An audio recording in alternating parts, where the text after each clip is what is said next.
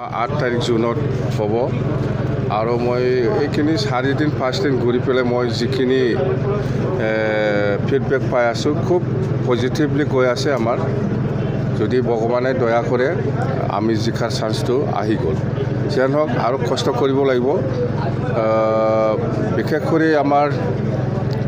বড়ো যিখিনি ভোটাৰ আছে সেইটো আগত আমি যেনেকৈ পাইছিল ইয়াতকৈ বেছি মানে পাৰ্চেণ্টেজটো বাঢ়ি গৈ আছে মুঠতে UPPL আৰু আমাৰ লগত ফাইটিংটো হ'ব আৰু এজন নিৰ্দলীয় কেণ্ডিডেট আছে যেনক মেইন যুঁজটো UPPL আৰু আমাৰ মাজত হ'ব তো যিটো দেখা গৈছে ফিল্ডত আমাৰ ফালে পজিটিভটো বেছি আহি আছে এইটো আৰু কথা শুনিছোঁ মুঠতে নিৰ্দলীয় যিটো হীৰেণ শৰণীয়া কেণ্ডিডেট যিটো আছে সেইটো কোনোবাই কিবা একটা নাটক কৰিছে যেন লাগে মুঠতে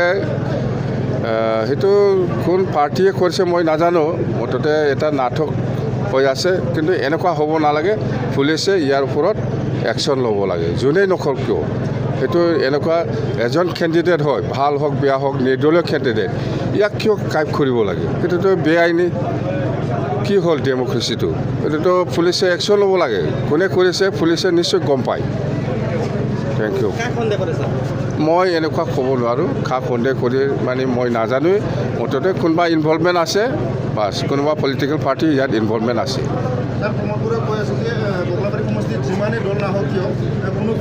এইবিলাক ফেক্টৰ হয় নহয় এতিয়া ৰাইজে ক'ব যেনিবা ময়ো আজি কৈছোঁ যে BPFৰ কিবাটো খুব পজিটিভলি কৈ আছে সেইটো ৰাইজে ক'ব মই কোৱা কথা সেইটো প্ৰমোদ বড়ো হ'ল 1 নম্বৰ মিছা কথা কোৱাৰ হেডমাষ্টাৰ ফালৰ পৰা যদি একো দেখা পোৱা নাযায় যে ৰাইজৰ যিটো আশা আকাংক্ষা এই আকাংক্ষাটো কোনো ধৰণৰ যদি ফলপ্ৰসূ নহ'ব যদি আকাংক্ষিত তেওঁলোকৰ আশাটো পূৰণ নহ'ব তেতিয়াহ'লে মানুহবিলাকে নিশ্চয় বেলেগ ফালে ঢাল খাবই সেইটো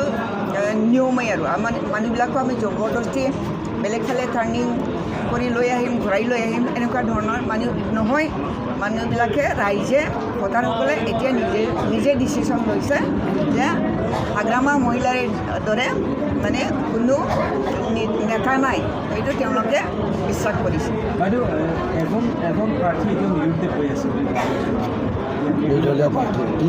মই এইটো নাজানো সেইকাৰণে মই কৈছোঁ নাই মই আজি জাষ্ট আহিছোঁ পৰিৱেশটো এতিয়াও মই সকলো কথা মই গম নাপাওঁ মই চাবহে আহিছোঁ আকৌ চাব আহি পেলাই মোক কৈছে দলৰ ফালৰ পৰা এটা প্ৰাইমাৰীত 2খনমান গাঁও সোমাই যাব লাগে এই গতিকে মই সোমাই যাম আজি প্ৰমোদ বড়ো চৰকাৰে যিটো প্ৰতিশ্ৰুতি দিছিলে তেখেতে সফলতা হ'ব পাৰিছে তেওঁলোকেতো ভুৱা প্ৰতিশ্ৰুতি দিছিলে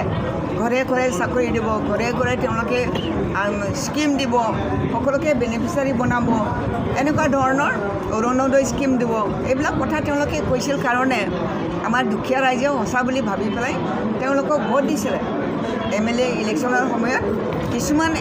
এলেকাত তেওঁলোকক ভোট দিছিল কিন্তু এতিয়া আমাৰ ৰাইজে এতিয়া যথেষ্ট সময় পাইছে বুজিবৰ কাৰণে এটা বছৰ গ'ল এটা বছৰতে এতিয়াতো ডেৰ বছৰ বুলি ক'ব পাৰি 1.5 বছৰত তেওঁলোকে বুজি পাইছে যে আগৰ চৰকাৰৰ নিচিনা এই চৰকাৰটো নহয় আগৰ চৰকাৰটো ৰাইজৰ চৰকাৰ আছিল এতিয়া চৰকাৰটো প্ৰমোদ বড়োৰহে চৰকাৰ অনুভৱ কেনেকুৱা লাগিছে অনুভৱটো আমি ক'ব নালাগে হে হাতে বাজাৰে চবতে তেওঁলোকে অনুতাপ কৰিছে আমি ভুল কৰিছোঁ এই কথা কয় বিজনেছমেনবিলাকে কৈছে সাধাৰণ মানে দোকানী এটাও কৈছে সাধাৰণ মানে আমাৰ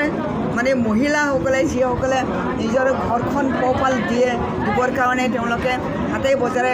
কিছু হ'লেও তেওঁলোকে শাক পাচলি বিক্ৰী কৰিছে তেওঁলোকেও এই কথাটো কৈছে ককলাবাৰীত আপোনালোকৰ প্ৰাৰ্থীগৰাকীয়ে নিশ্চিতভাৱে জয়লাভ কৰিব পাৰিব আপোনাৰ অনুভৱ মোৰ অনুভৱ এইটোৱে এইবাৰৰ কেণ্ডিডেটটো ভাল কেণ্ডিডেট ৰাইজৰ অনুভূত কেণ্ডিডেট হয় সেই গতিকে আমাৰ প্লাছ পইণ্ট আছে ইয়াত প্ৰমোদ বড়োই 900 কোটি টকাৰ আঁঠুৱা কেলেংকাৰী ফাদিল কৰিম বুলি কৈছে হাগ্ৰামাত কি ক'ব এই ক্ষেত্ৰত আৰে কৰক চবতে আছে এইটো আঁঠুৱা ক'ত নিদিয়ে আমাৰ অসম চৰকাৰেও দিয়ে